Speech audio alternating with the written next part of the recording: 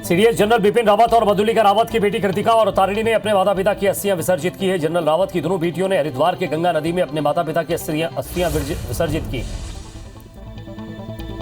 प्रधानमंत्री नरेंद्र मोदी ने उत्तर प्रदेश के बलरामपुर में 9,800 करोड़ रुपए की लागत से तैयार सरयू नहर राष्ट्रीय परियोजना का उद्घाटन किया है, जिसमें 29 लाख किसानों को लाभ मिलेगा। कार्यक्रम में केंद्रीय जल मंत्री गजेंद्र सिंह शेखावत और सीएम योगी आदित्यनाथ भी मौजूद रहे। यूपी के बलरामपुर की सभा को संबोधित करते हुए पीएम मोदी ने कहा कि मैं आज देश के उन वीर योद्धाओं को श्रद्धांजलि दे रहा हूं जिनका 8 दिसंबर को हेलीकॉप्टर में निधन हो गया था। भारत के पहले chief of defence staff general Bipin Rawat ji का जाना हर भारत प्रेमी, हर राष्ट्रभक्त के लिए बहुत बड़ी क्षति है। पीएम मोदी के पूर्व मुख्यमंत्री अखिलेश यादव पर निशाना साधने के बाद पीएम मोदी ने कहा कि जब मैं आज दिल्ली से चला तो सुबह से इंतजार कर रहा था कि कब कोई आएगा कहेगा कि मोदी जी इस योजना का फीता तो हमने काटा था, ये योजना तो हमने शुरू की थी। कुछ लोगों की प्राथमिकता फीता काटना है, लेकिन हम लोगों की प्राथमिकता योजनाओं को समय पर पूरा करना है। आगामी विधानसभा चुनाव को लेकर बीजेपी के राष्ट्रीय अध्यक्ष जेपी नड्डा ने उत्तर प्रदेश के मेरठ में कार्यकर्ताओं को संबोधित किया। इस दौरान उन्होंने अन्य पार्टियों पर तंज कसते हुए कहा कि जितनी बड़ी अन्य राजनीतिक पार्टियों की जनसभा होती है, उतनी सभा भाजपा के कार्यकर्ता सम्मेलन में होती है। दिल्ली बॉर्डर पर लंबे समय से चल रहा आंदोलन खत्म हो गया है। अब किसान वापस लौटने को तैयार हैं। घर वापसी पर किसानों ने नाच गायन कर खुद खुशी मनाई और एक दूसरे को मिठाई खिलाकर खुशी जाहिर की। उत्तराखंड की राजधानी देहरादून में भारतीय सैन्य अकादमी के पासिंग आउट परेड का आयोजन किया गया, जहां राष्ट्रपति रामनाथ कोविंद ने परेड का निरीक्षण किया। आईएमए में परेड के बाद देश की सेना को नए अफसर मिले। आज 319 युवा अफसर देश की सेना का हिस्सा बने। देश भर में सामने आ रहे कोविड मामलों को देखते हुए केंद्र सरकार सतर्क हो गई है। केंद्र स्वास्थ्य सचिव राजेश भूषण ने सभी राज्यों और केंद्र शासित प्रदेशों के सचिवों को पत्र लिखकर जिन जिलों में तेजी से कोरोना के मामले बढ़ रहे हैं, उन पर नजर रखने को कहा है। कोरोना की तीसरी लहर से बचाव के लिए स्वास्थ्य व्यवस्थाओं का जायजा लेने के प्रदेश के खाद्य एवं नागरिक आपूर्ति मंत्री बिसाहुलाल सिंह मंडला पहुंचे। इस दौरान उन्होंने नेशनल पार्क कान्हा में आने वाले देशी विदेशी पर्यटकों को लेकर कलेक्टर और सीएमएचओ को सख्त निर्देश दिए हैं।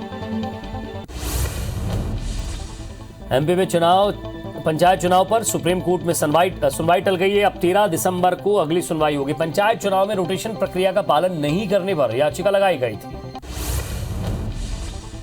देश में एमएसपी की मांग को लेकर किसान आंदोलन फिर से शुरू हो सकता है। किसान नेता शिव कुमार कक्का ने कहा है कि यूपी से किसान आंदोलन का दूसरा चरण शुरू होगा। उन्होंने कहा कि आंदोलन का ब्लूप्रिंट भी तैयार हो गया है।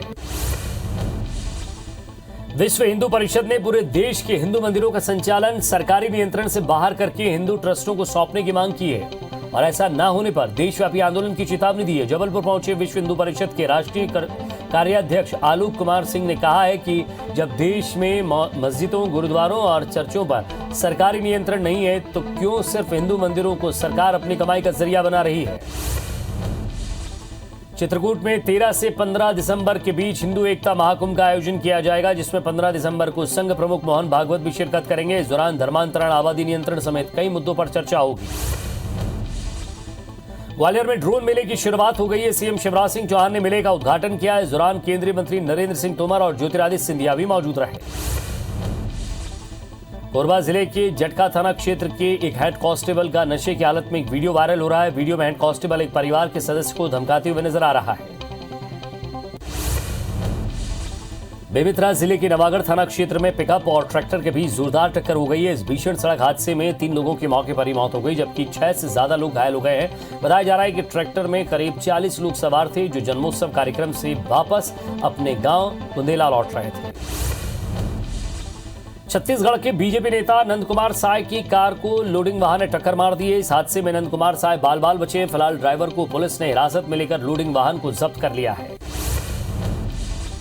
कटनी पुलिस ने गांजे की तस्करी करने वाले 2 युवकों को पकड़ा है, जिनके पास से करीब 90 किलो गांजा समेत एक वाहन जब्त किया गया है। इस मामले में एसपी ने जानकारी देते हुए बताया कि तस्कर उड़ीसा से गांजे की खेप लाकर कटनी में बेचते थे। फिलहाल पुलिस ने आरोपी को गिरफ्तार कर पूछताछ शुरू कर दी।